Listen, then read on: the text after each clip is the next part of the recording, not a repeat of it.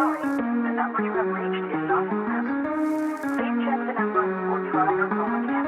This is a recording. Are you listening?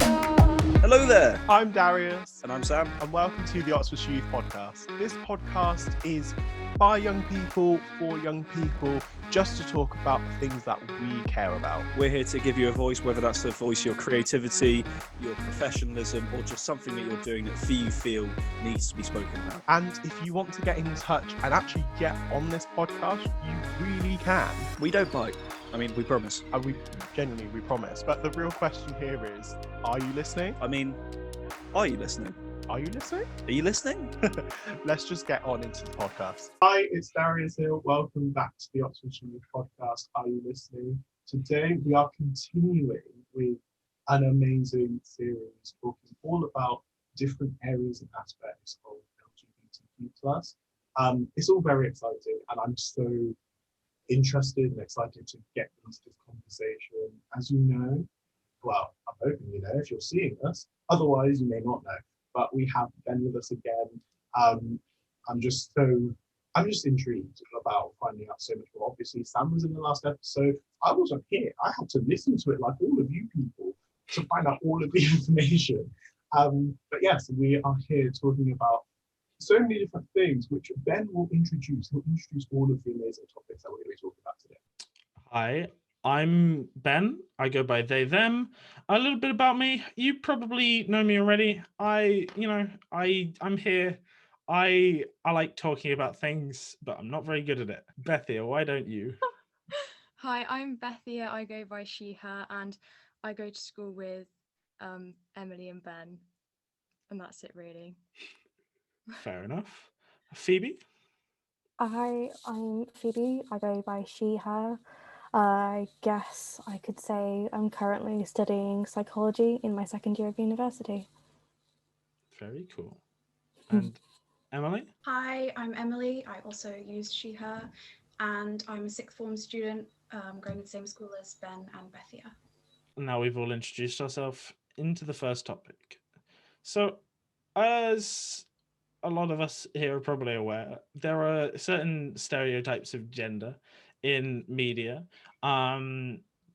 However, I think people will probably have different experiences depending on which media they consume.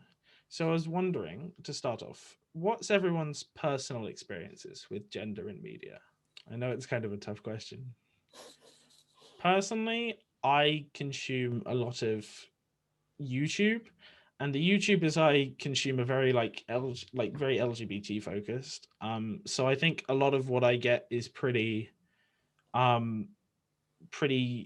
good for not having many stereotypes. At least I like to think it is. It doesn't seem like they're too flamboyant. It's just a lot of good wholesome content. However, I mean, I watch some shows on TV, as most people do, and I think sometimes I see very, especially in adverts, I see very manly depictions of men. I think in shows it's kind of getting better. What does everyone think?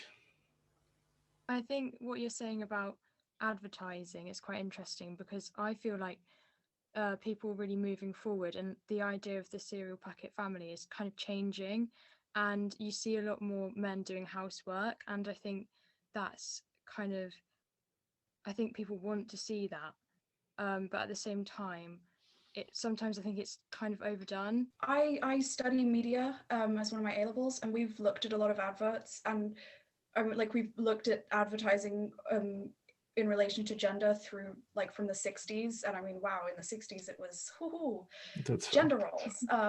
But more modern adverts are much more diverse in their representations of, especially with family life and what a good man would be. Yeah, I think we definitely are moving. I think we definitely are moving forwards with our representations.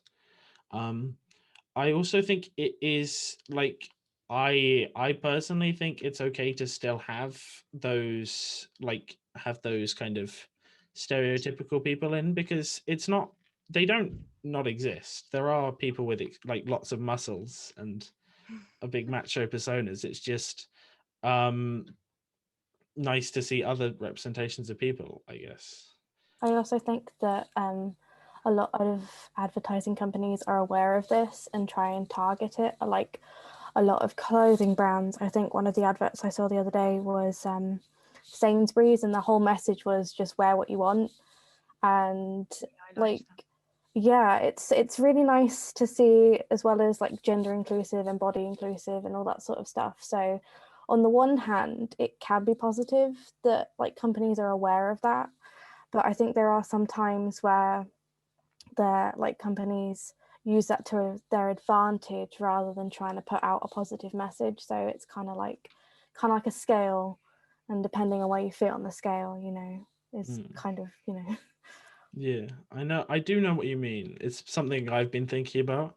Like companies putting out more positive messages is great. You know, that's what we want. But sometimes it appears as though companies are putting out positive messages for like just for their own gain, like without thought towards it. But at the same time, it's still putting out positive messages. So I'm like, I don't know. It just feels kind of weird to want to put up positive. It feels kind of weird that companies are putting out positive messages with ulterior motives. But I don't necessarily see. I don't necessarily see it as a bad thing. You know. What do people think about that? I think ultimately, if you're trying to profit off that idea, that is, you know, that is going to break down, and that's kind of superficial. I think companies need to be building from the inside, working towards, you know, like gender equality, and that needs to be something they're truly interested in, because otherwise it's not going to show, and their manufacturing processes aren't going to reflect their advertising, and that's not, you know, that's not equality. I also think that a lot of consumers are more aware of what they're buying from. So by putting out a good positive message, you're going to be reinforced by more people buying that option rather than another option. So, you know, if they've only done it for one advertising strategy, then they'll see the difference in sales, as I especially feel in the younger generations with like the climate crisis and all that sort of stuff. Everyone's becoming, even if it's slightly, like more aware of where their food or clothes or whatever they're consuming comes from. And even if, like you said, Ben, even if companies are doing it to start just to make a profit, they'll get that positive reinforcement, and maybe it'll have like a trickle down effect rather than the other way around. Yeah, it seems good that the message is getting out there. How have you seen LGBTQ plus people represented as well? Because I think we've mostly here agreed that we have seen a kind of positive trend in a lot of media, and I think we are seeing a similar thing for LGBTQ plus subjects as well. I think there's still issues, but I think we are seeing that positive trend as well, at least with some of the things that I watch. I want to say yes, but also no. Like the representation had, like, there's more of it, but at the same time, it almost feels kind of empty. Like there was that, I can't remember the name of it, but there was that film that came out in Christmas, so like based on like a lesbian couple or whatever, and there's always that trope that one of them's not out, or like there's always something toxic and there's always something negative. Why can't we just have some happy gay representation? You know, that's the thing, that while representation is improving and we're getting more of it somewhat than we were before, it's still like the characters themselves, are they just using them as a trope, or, you know, is it actually good representation? Yeah, I think I was looking at a couple of stats before this, and I saw something. I don't know whether this is completely true. So this is more just me saying something that I saw and hoping that it was well referenced. But I saw something that said that like in a study of 2015 to 2016 movies, like 10% of character deaths were lesbians, which seems like a lot compared to which seems like a lot compared to how many like lesbians we're getting in media anyway. It seems like a lot of them are dying, which I don't think is necessarily a good thing. It's like bringing in someone of a minority group just to kill them off isn't great. It feels like you're just bringing in it to like say, oh look, we have representation. Oh, now it's gone. Which I don't, I want good representation, not this. I mean, that happens quite a bit though, right? With like gay characters or, other minority groups just getting that, like they don't get those happy endings for those characters. They get just, death, or they don't end up in the same kind of like happy state as the other main characters. Why do we think that is? Is it because companies are like trying to show them as not ending up happy? Because I don't think that's necessarily what's happening. Or is it just such a stereotype for it to happen that people feel like they have to fall into it? I think gay characters provide kind of like a twist in the story, or they're just kind of a sideshow. And I don't think that's necessarily to keep a minority happy. I think that's to do something different. And we can't let that minority be different. We have to make that normal, and we have to make it a norm to see it in the main part of a show. I think what would be good is to have a piece of media which has LGBTQ plus like main characters, but that isn't the whole point of the media, Yeah. Because I think it's great to see movies about the struggles that these people are going through. It's also representation shouldn't just be seeing the people's struggles. It should just be seeing them be characters, I think. Lots of times when we see LGBT characters struggle, it's trying to show, cis or straight people what, life is like as an LGBT person. So a lot of that media is aimed at non-LGBT members, and that's probably why it's like damaging to us, or at least sad or toxic or whatever, is because the aim is to educate almost, but not done in a very well way. Yeah, it's like almost every story with LGBTQ plus characters is like, oh look, they're coming out, or oh, they're in the closet, and that's that's the point of the story, which obviously those stories are important and should be told, but why can't we just have, a normal story, and oh, by the way, that character is gay, or oh, by the way, that character is trans, I was going to say, I don't know if you guys have heard of the the remake on Netflix, but oh my god, the story is a little weird, but all of the representation there, it feels a lot less hollow and just like, oh, that person's just being them, which is really, it was really refreshing to watch it. I mean, I binge watched it because it was, gay, but yeah, I think that was the first time I watched something when any member of the LGBT plus community was like not properly represented, because they don't really go into detail a lot of the time, but just like, oh my god, there's a lesbian married couple, like just doing their thing rather than making it a spectacle or a plot device. Yeah, it's important to see the normal sides of stories as well, because that's what helps normalize things, just saying it normal. And then, maybe the characters, because it's a movie, it's got to have plot. Maybe they end up in some crazy scenario, but it isn't because they're LGBT. That's just another thing as well. Does that make sense? Yeah. So I was thinking about good examples of this that I've seen. And as I said, a lot of like YouTube that I've seen, I think has good examples, but I know not many people. YouTube isn't like mainstream kind of stuff, And I was also thinking about some kind of negative examples I've seen. And I was wondering if anyone had any of their own that they would be interested in sharing. A lot of the stories that I've seen personally have mainly been just these like coming out arcs, and they may have been great representation, but like they're still just that story of, this is a story about a gay person because they're gay or something like that. Yeah, coming it's out. Often turned into like clickbait,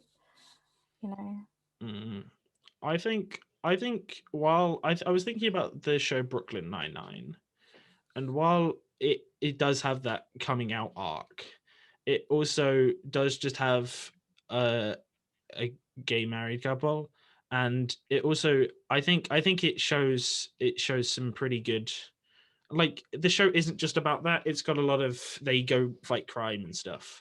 And I was thinking Brooklyn Nine-Nine was a show that I've seen that I thought did a good job of it, and I know Emily has also seen it. Yes, I would definitely agree on that one. The fact that they have just a gay married couple, they're married from the start, that's just part of the story. And I mean, it's a sitcom. Obviously, there are jokes, but they're not like derogatory jokes. They don't make fun of, oh, they're so gay, or it's just they're married. They make married jokes because they're married. You know, Yeah.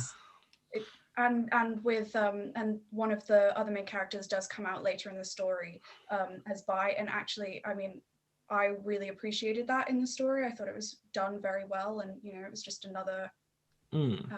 you know, part of her character. It wasn't like her only thing. Just elaborating on that point, I think the show also, because it does explore some issues that the gay couple have, but it's not because they're gay. It's just like marriage issues. It's just like, these are normal people. They have normal problems, but it's also like, they're just normal people, which I think is the kind of representation. I dropped my microphone. I think that's the kind of representation that I think is important. I was thinking about the show Queer Eye, which I've watched a bit of, and I enjoyed it quite a lot. It seems it's interesting because while I think the show does seem very, I don't want to say stereotypical, but very played up. Maybe I don't know them. I don't know if they're acting, more for the cameras. But it seems very what you would imagine as the stereotype for gay people. It does, like, for people who just aren't like accepting whatsoever. It does seem like a good show, and it does have a lot of positivity about it. And it's also not like, the main focus of the show seems to be like vamping up people's lives. It's not that they're gay. Because I really like the show Queer Eye. I don't know if anyone else has seen it. I've seen a bit of it, and I No. thought it was really fun, you know, and it does have that positivity. Although the gayness of it is very, you know, it is very like played up. Although I don't know how how those people actually act in real life. I haven't really followed their careers. Yeah, fair.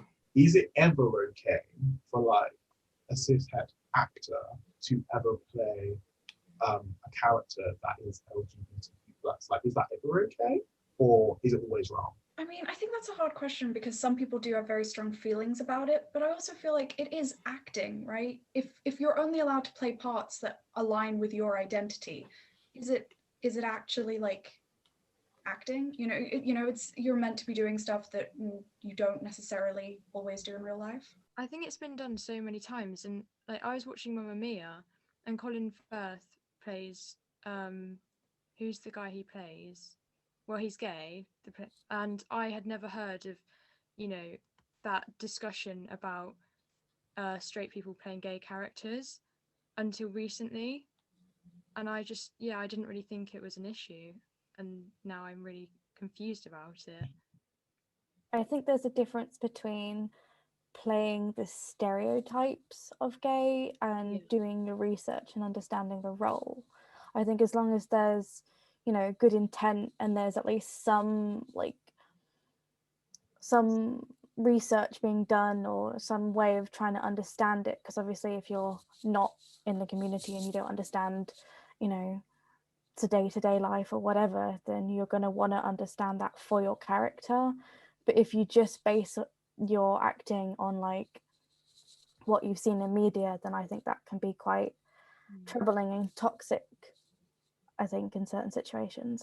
As like Phoebe, as you said, like if you're just going based on a stereotype and not, delving into anything else of like that person's life, it is just hollow, which, isn't really okay. Like as an actor, if that's your job, and you're only doing something that's hollow, you're not doing it justice. In like my reading before this, I got mixed views about whether Star Trek was good for it or not. It's kind of complicated because they did good things, but also, you know, it was like a tiny bit, but then again, it was the 80s and 90s where you could barely find any rep of you know, LGBTQ people without it being completely derogatory. Yeah. There are good and bad parts. Talking about like shows that were made a while ago, I think it, you know, you don't want to encourage anything, but it's also it's already been made, you know. Yeah.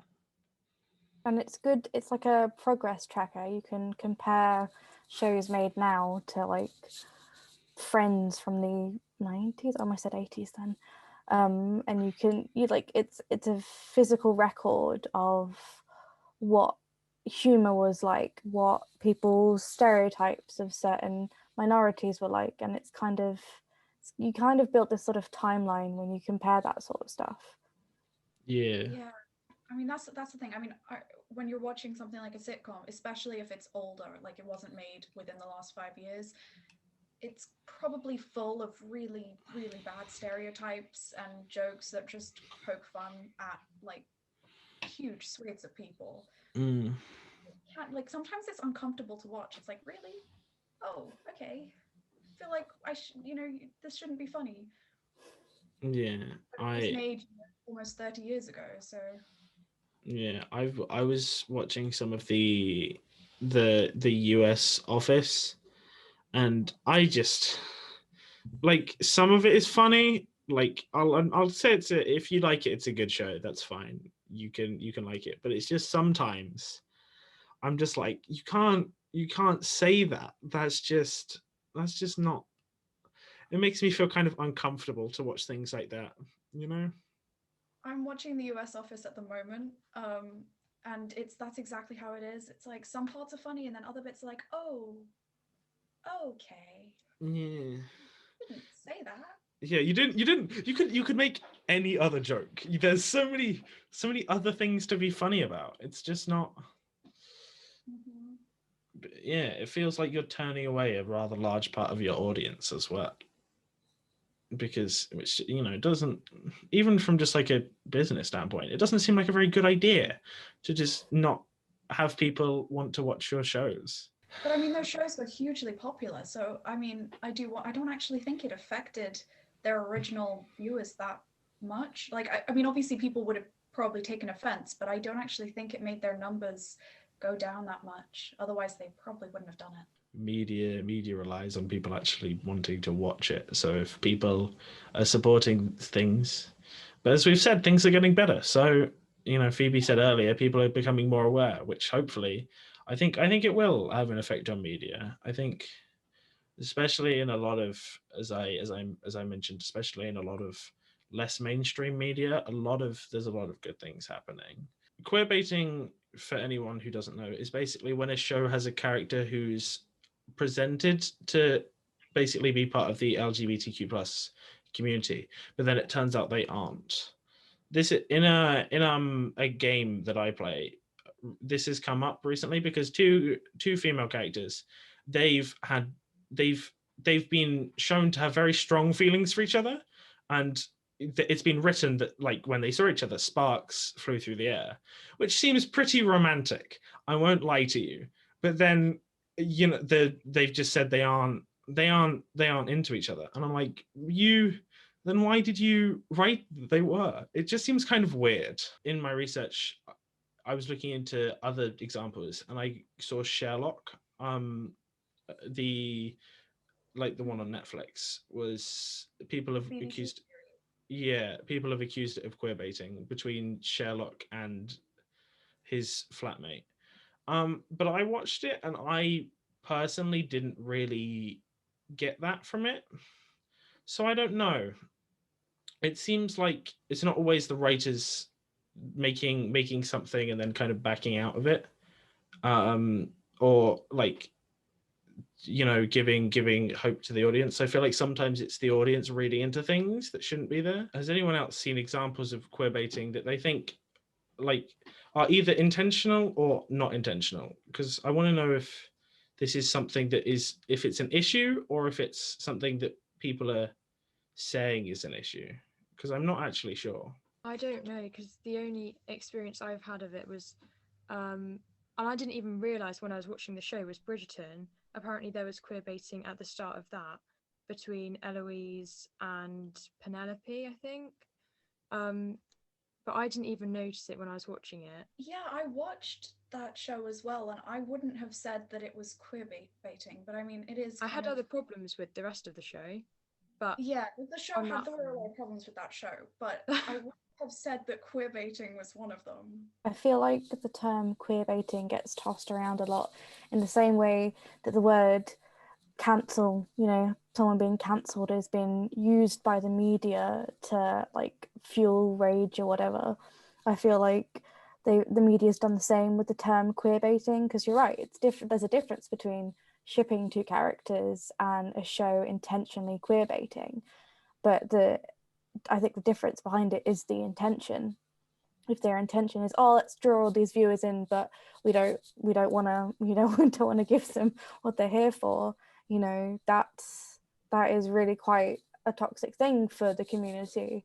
But if it's just people being upset that their two favorite characters aren't in a relationship, then that's a whole different thing. Yeah, I guess probably a lot of producers try to walk that line between like, oh, let's try and draw in, people that want to see LGBTQ rep, but also we don't want to alienate the people that are homophobic, and they just end up doing something that, well, would be queer baiting, and it just is kind of upsetting for everyone involved. And obviously that's awful, because that is intentional to try and draw in more views without being specifically and explicitly, queer. Emily, is this to do with Dumbledore being gay? This is nothing to do with Dumbledore. That's not what I'm talking about. Because I feel like that's kind of, obviously that was written in after to make the books more representative. So is that queer baiting but kind of in reverse, because it's done the other way around? I mean, it is kind of in the reverse, I guess. It's definitely bad, and it's a horrible thing to do. I don't think it quite fits the definition of queer baiting, because it wasn't that he was hinted to be gay and then never turned out to be. It was that he wasn't hinted to be gay, and then afterwards the author was like, ho ho ho, I know how to mess things up. Yeah. But yeah, J.K. Rowling is a whole other. Yeah. we could just have an episode complaining about J.K. Rowling. I don't know if you guys have seen it. Snakes on a Plane. There's this guy in it who is a male flight attendant, and the whole way through, the running joke of this film is that he's gay. But then at the beginning of the film, he tells everyone before they're going on this flight that when they land, he's going to see his girlfriend, and everyone, literally every single person on the plane is like, oh no, he's not. And these continuous jokes keep happening throughout. And then like you see different things that are like planted there to make him seem stereotypically more gay.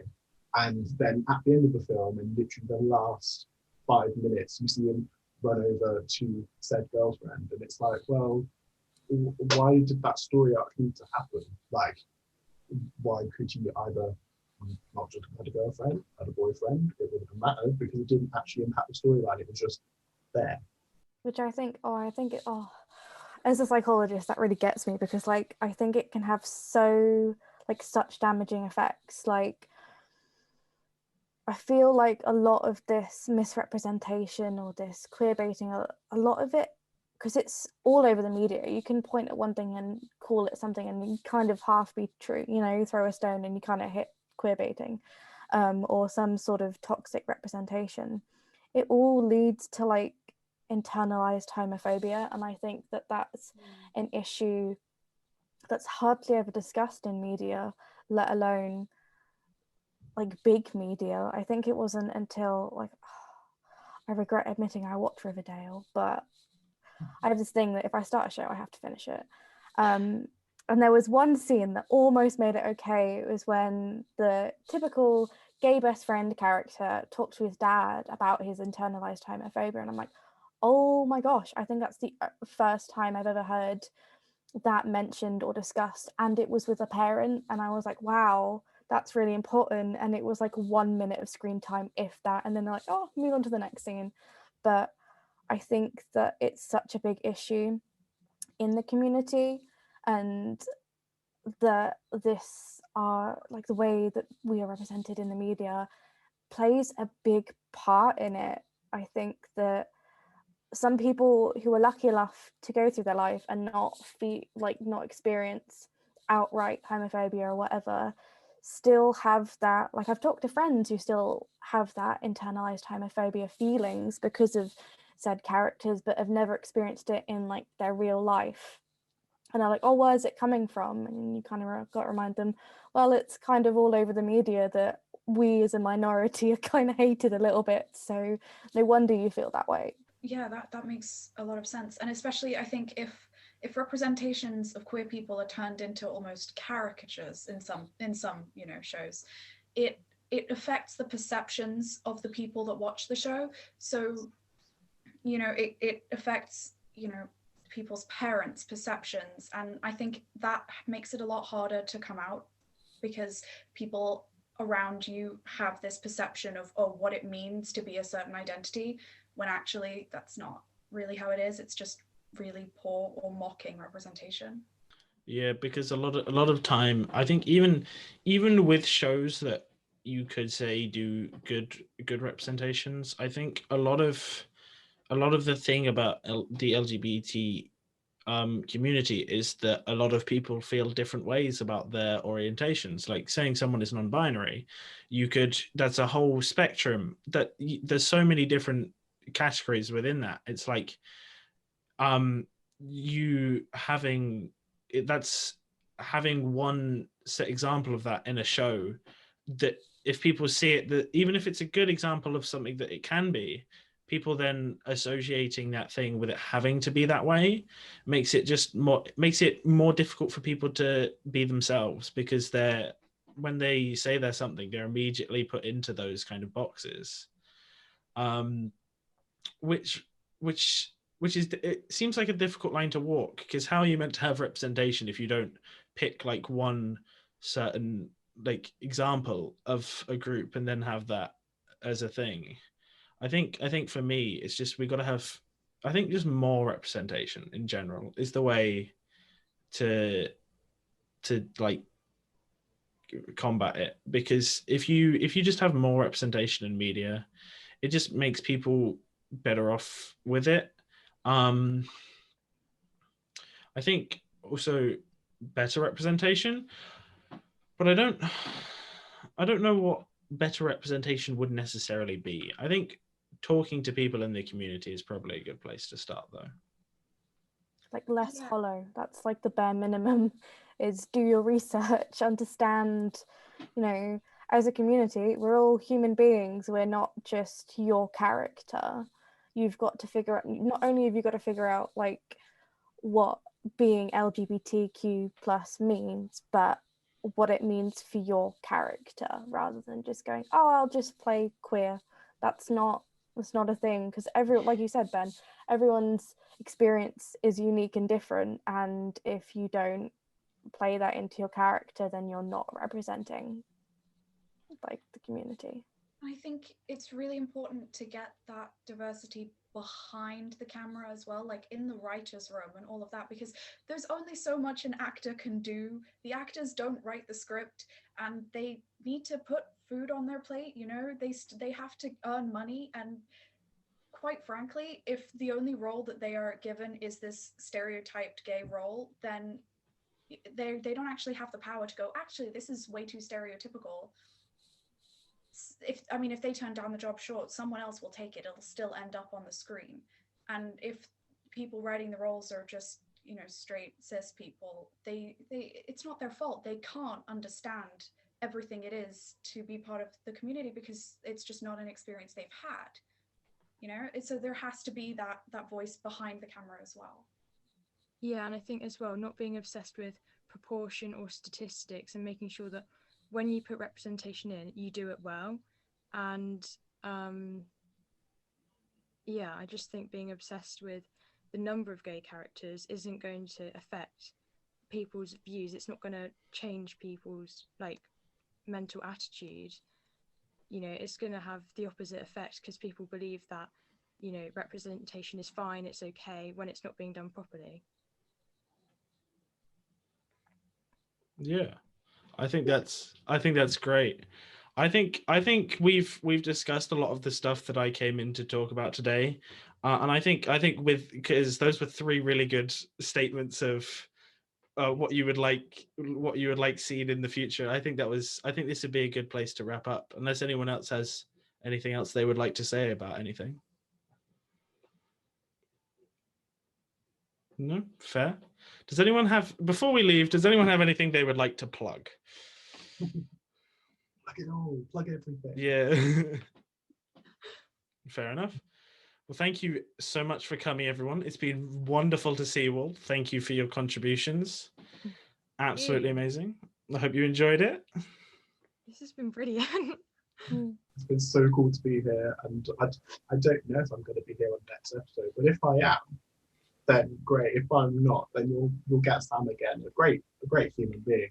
But no, I feel really privileged to have been a part of this conversation, because it's a conversation that in my everyday life I don't have, because I'm just an ally. I'm just here trying to, you know, understand and support.